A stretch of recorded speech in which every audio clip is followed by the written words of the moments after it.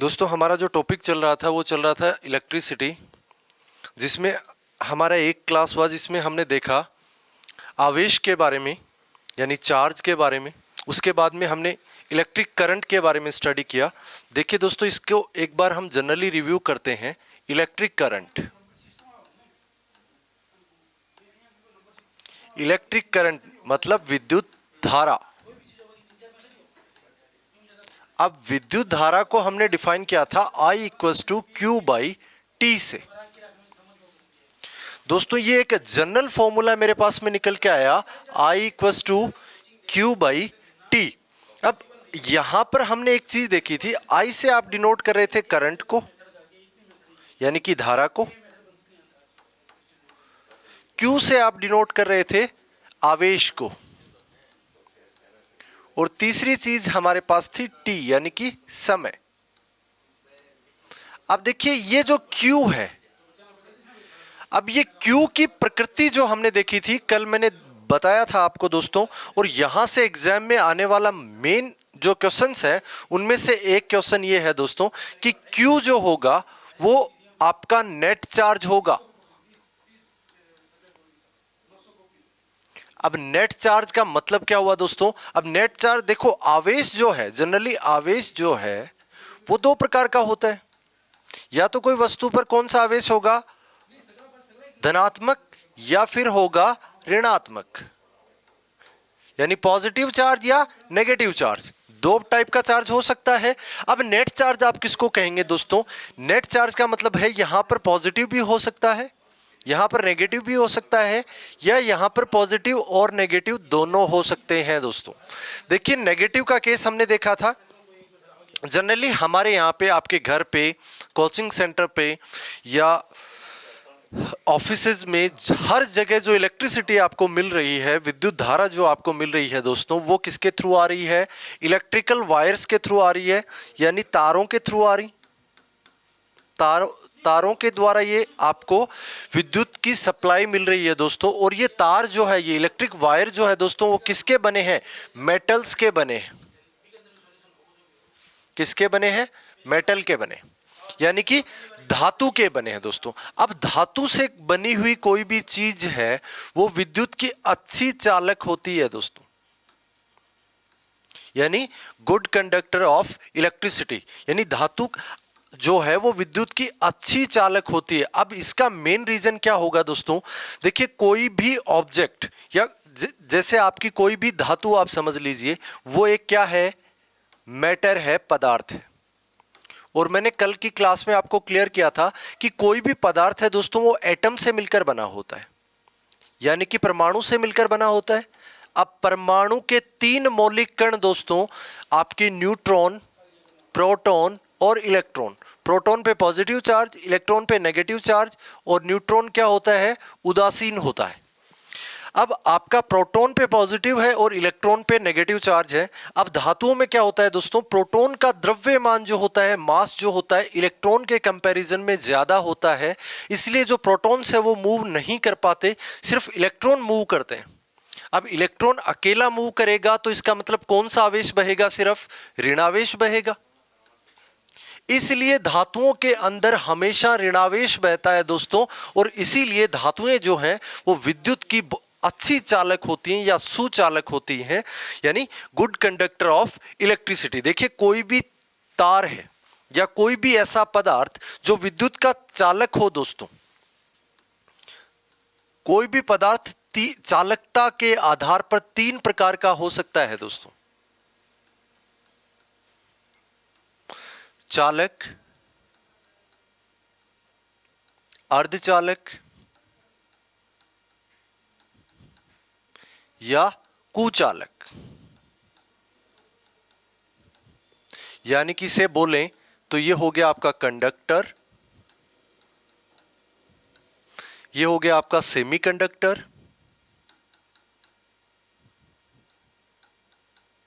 और ये हो गया आपका इंसुलेटर।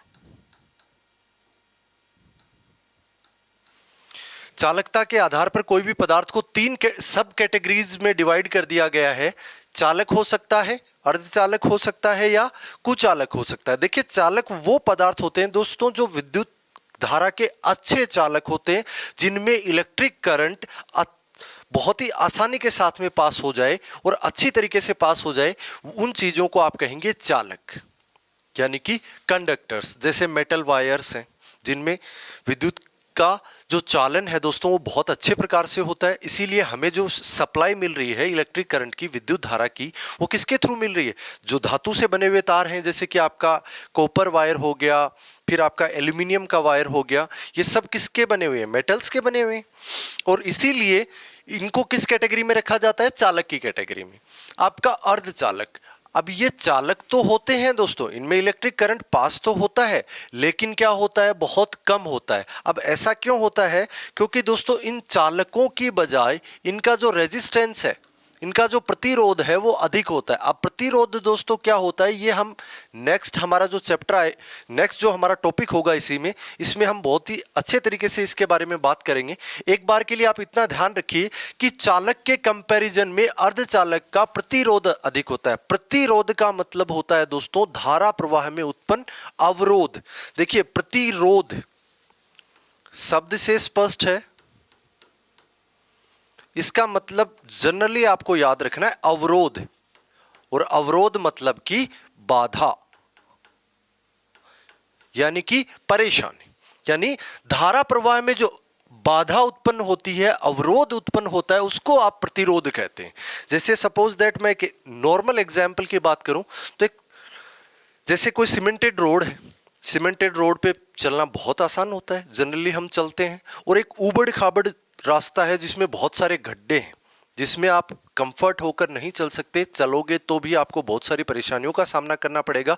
तो वो गड्ढे जो हैं उस रोड में, वो आपके लिए प्रतिरोध का काम कर रहे हैं, अवरोध यानी कि बाधा, आपके चलने में बाधा उत्पन्न कर रहे हैं दोस्तों। तो धारा प्रवाह में जो बाधा है उसी को आप क्या कहते हैं दोस्तों? प्रतिरोध कहते हैं। और तीसरा हमारे पास है कुचालक, यानी कि इंसुलेटर। इसका मतलब दोस्तों ये होता है कि ऐसे मैटर यानी ऐसे पदार्थ जिनमें विद्युत धारा का प्रवाह बिल्कुल नहीं होता, यानी लगभग नेग्लिजिबल होता है, ना के बराबर होता है, उनको आप इंसुलेटर कहते हैं दोस्तों, कुचालक कहते हैं। जैसे कि आपका रबर वगैरह है, प्लास्टिक जो भी है, इनमें सब क्या होता है?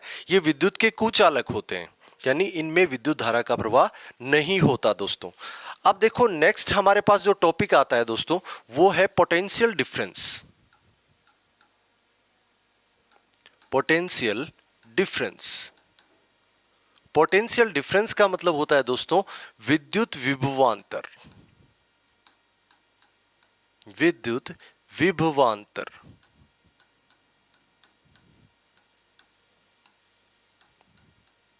इसको समझने से पहले दोस्तों एक टर्म है मेरे पास जिसको कह सकते हो आप विभव।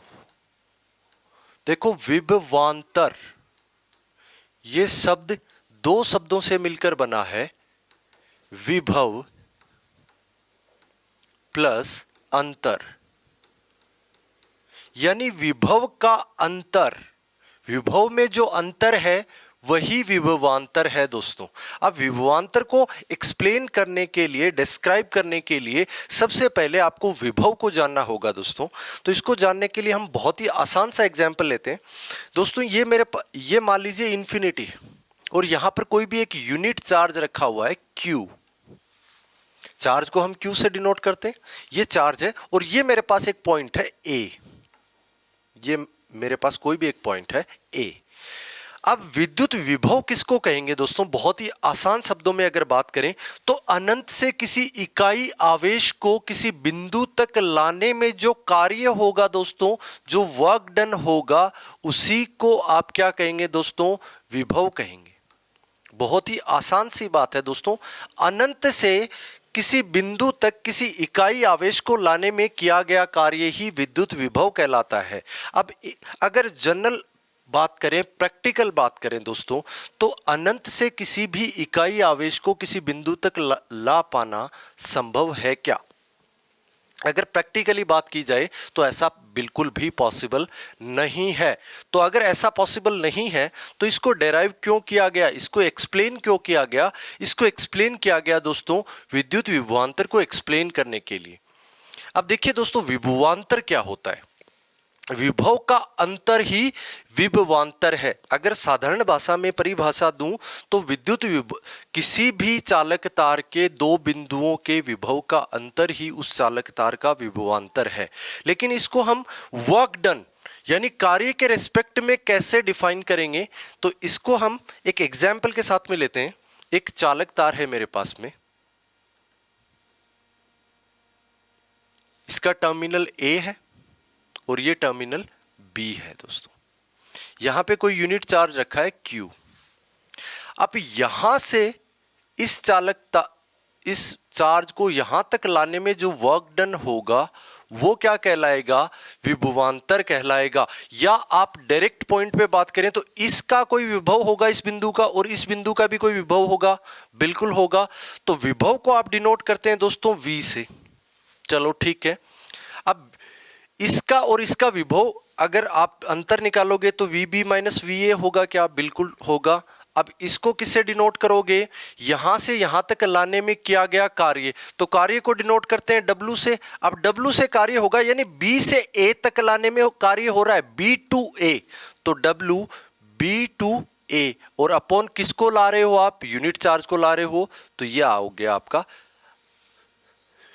पोटेंशियल डिफरेंस यानी विद्युत विभवांतर का एक जनरल फॉर्मूला दोस्तों। अब ये VB माइनस A नहीं है दोस्तों, ये WB to A है, यानी B से A तक लाने में जो वर्क डन है ये वो है। और Q क्या है, आपका एक यूनिट चार्ज है यानी एकांक एक आवेश है दोस्तों। अब देखिए इसको, अगर मैं बात करूं विभवांतर के मात्रक की दोस्तों, यूनिट की बात करूं तो इसका मात्रक क्या होगा, तो इसका जनरल मात्रक होता है दोस्तों वोल्ट। इसका मात्रक होता है वोल्ट। और अगर इसके फॉर्मूले से बात करें दोस्तों, देखिए यह है आपका वर्क डन। अब वर्क डन का फॉर्मूला क्या होता है, मैंने जनरली आपको बताया है, जूल होता है। अपॉन में Q क्या है, चार्ज है, और चार्ज का मात्रक क्या होता है दोस्तों, कूलम होता है, तो जूल पर कूलम, यह हो गया आपका नेक्स्ट मात्रक। तो दो मात्रक होते हैं इसके, या तो वोल्ट होता है या जूल पर कूलम होता है। एग्जाम में बहुत बार पूछा गया है दोस्तों, ये बहुत इंपॉर्टेंट है, लेकिन इसको आपको लर्न नहीं करना है, रटना नहीं है। आपको फॉर्मूला अगर पता है तो आप इसको डेराइव कर सकते हैं दोस्तों, जूल पर कूलम। अब ये जूल पर कूलम ही हमने क्यों लिया, ये हमने फॉर्मूले के थ्रू आपको डेराइव करके अभी एक्सप्लेन किया। अब देखिए दोस्तों, विद्युत विभवांतर यानी विभव में जितना अंतर है उतनी ही धारा प्रवाह में आसानी है। देखिए दोस्तों, इसको हम एक एग्जाम्पल से लेते हैं, एक अच्छा एग्जाम्पल हम यहाँ पे लेते हैं। मान लीजिए दो अलग अलग फ्रेंड हैं, दोनों अलग अलग सिटीज में घूमने के लिए चले गए। एक फ्रेंड चला गया दिल्ली और दूसरा एक फ्रेंड है वो चला गया जयपुर। अलग अलग सिटीज में घूमने गए। अभी गर्मियों का मान लीजिए मौसम आने वाला है, गर्मियां हुई काफी। दिल्ली का बाहर का जो वातावरण का टेम्परेचर है दोस्तों, वो मान लिया हमने 45 डिग्री सेल्सियस है, और जयपुर में टेम्परेचर है बाहर का 50 डिग्री सेल्सियस। दोनों ने एक एक होटल बुक कर लिया, होटल का एक रूम बुक कर लिया, और दोनों रूम के अंदर हैं अभी, और दोनों ने अपना AC ऑन कर रखा है, इसने भी अपना AC ऑन कर रखा है, और दोनों ने टेम्परेचर मेंटेन कर लिया 15 डिग्री सेल्सियस। इसने भी कितना मेंटेन कर लिया, 15 डिग्री सेल्सियस। दोनों रूमों का टेम्परेचर एक साथ एक टाइम में, सेम टाइम में 15 डिग्री सेल्सियस है दोस्तों। दोनों ने एक साथ में AC ऑफ करके रूम का गेट खोल दिया, इसने भी गेट खोल दिया। कुछ देर बाद में अंदर का टेम्परेचर यहां का भी हो गया 45 डिग्री और यहां का अंदर का हो गया टेम्परेचर 50 डिग्री सेल्सियस। अब मेरा क्वेश्चन आपसे दोस्तों ये है कि कौन सी जगह है ऊष्मा का प्रवाह यानी हीट का फ्लो ज्यादा हुआ, क्या दिल्ली में हुआ या जयपुर में हुआ दोस्तों? दोनों सिटीज के लिए हमारा अलग अलग क्वेश्चन है। तो अगर मैं बात करूं तो यहां पे ज्यादा हुआ या यहां पे ज्यादा हुआ, आप कहोगे कि सर जयपुर में हुआ। बिल्कुल ठीक बात है कि जयपुर में हुआ, लेकिन क्या जयपुर में इसलिए ऊष्मा का प्रवाह ज्यादा हुआ कि वहां बाहर का टेम्परेचर 50 डिग्री था? बिल्कुल नहीं। देखिए दोस्तों, तापमान जो है, ऊष्मा जो है, एक चीज आपको याद रखनी है हमेशा, ऊष्मा एक प्रकार की ऊर्जा है और ये हमेशा उच्च तापमान से किधर फ्लो करती है, निम्न तापमान की ओर। ये आपको याद रखना है।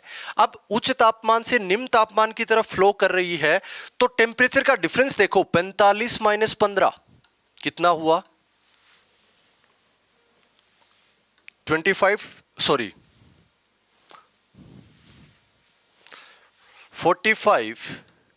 माइनस 15, तो ये कितना हुआ आपका? 30 डिग्री सेल्सियस। और ये है आपका 50 माइनस 15, तो ये हो गया आपका 35 डिग्री सेल्सियस। तो टेम्परेचर का डिफरेंस जिसको आप डेल्टा टी से डिनोट कर रहे हो, यानी तापमान में अंतर जितना ज्यादा ऊष्मा का प्रवाह उतना ही ज्यादा। तो मैं लिख सकता हूं क्या दोस्तों? डेल्टा टी प्रोपोर्शनल एच, यानी ऊष्मा का प्रवाह है तापमान के अंतर के सीधा सीधा समानुपाती है दोस्तों। यानी तापमान में अंतर जितना ज्यादा ऊष्मा का प्रवाह उतना ही ज्यादा। सेम चीज इलेक्ट्रिसिटी के ऊपर डिपेंड करेगी। इलेक्ट्रिक करंट जो है दोस्तों, इलेक्ट्रिक करंट जो है वो भी एक प्रकार की दोस्तों क्या है? ऊर्जा है।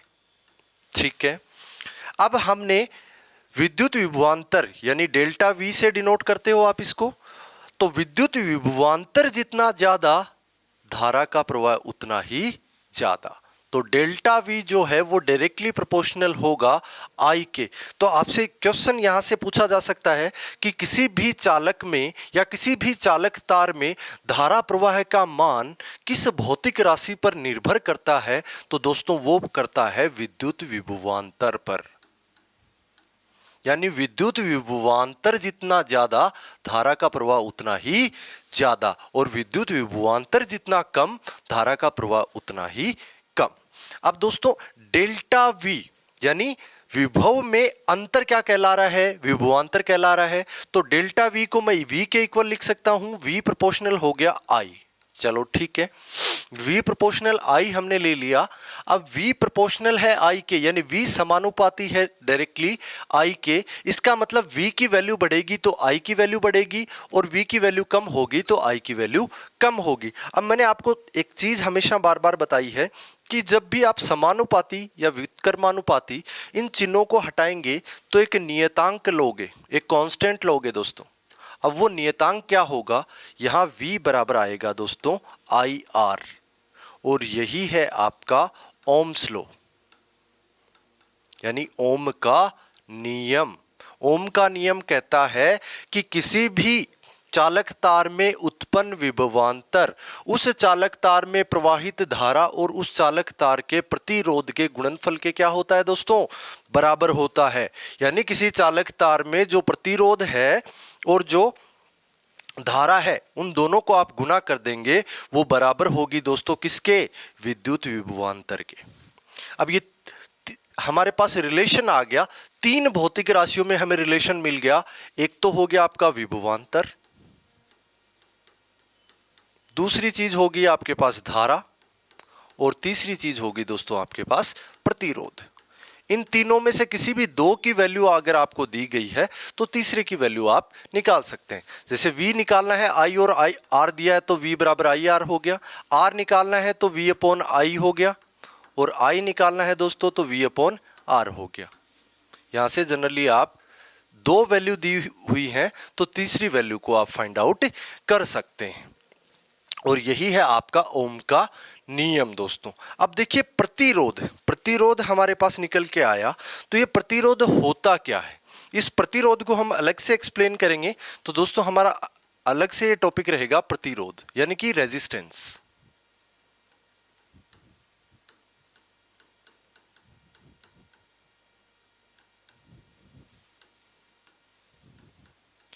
देखिए अगर सिंपल लैंग्वेज में इसको समझें, बिल्कुल साधारण भाषा में प्रतिरोध को समझेंगे, तो मैंने कहा अवरोध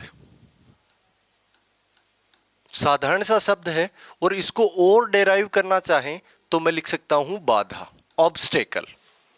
ठीक है, अवरोध या बाधा। अब प्रतिरोध की बात चल रही है, प्रतिरोध की बात चल रही है, मेन टॉपिक चल रहा है हमारा दोस्तों विद्युत धारा।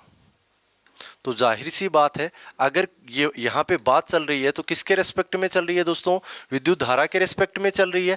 तो विद्युत धारा के प्रवाह में उत्पन्न अवरोध या बाधा क्या कहलाएगी दोस्तों, प्रतिरोध कहलाएगी। सिंपल लैंग्वेज में अगर इसकी डेफिनेशन को डेराइव किया जाए तो धारा प्रवाह में उत्पन्न अवरोध या बाधा ही है आपका प्रतिरोध दोस्तों। अब ओम के नियम से हमें इसका डायरेक्टली फॉर्मूला मिल गया, V equals to I R हमें दिया है दोस्तों। अगर R की वैल्यू निकालूं तो R बराबर हो गया V अपॉन I। ठीक है, अगर मैं मात्रक की बात करूं दोस्तों, यहां से सबसे ज्यादा जो क्वेश्चन पूछा जाता है कंपटीशन एग्जाम में वो पूछा गया है प्रतिरोध का मात्रक। देखिए दोस्तों, इसके 2 या 3 मात्रक बन सकते हैं और वो कैसे बनेंगे, किसी भी मात्रक को डायरेक्टली आपको नहीं लिखवाया जाएगा, हर मात्रक को मैं एक्सप्लेन करूंगा कि कैसे ये मात्रक बना। देखिए दोस्तों, इसका सबसे पहला जो मात्रक होता है प्रतिरोध का, हमारा टॉपिक है यूनिट यानी कि मात्रक। अब मात्रक देखिए दोस्तों, R equals to V upon I हमारे पास फॉर्मूला है। अब सबसे पहले मात्रक की बात करूं तो सबसे पहला इसका मात्रक होता है दोस्तों ओम, जिसको कुछ इस तरीके से डिनोट करते हैं। ये एक साइंटिस्ट के नाम पे दिया गया है। दूसरा मात्रक की बात करूं दोस्तों तो ये फॉर्मूले से निकल के आएगा। अब फॉर्मूले से किस तरीके से निकल के आएगा, V होता है आपका विद्युत विभवांतर। विभवांतर का मात्रक होता है दोस्तों वोल्ट, और अपोन में धारा है, धारा का मात्रक होता है एम्पियर। दूसरा मात्रक मेरे पास निकल के आ गया दोस्तों वोल्ट अपॉन एम्पियर। बिल्कुल ठीक बात है।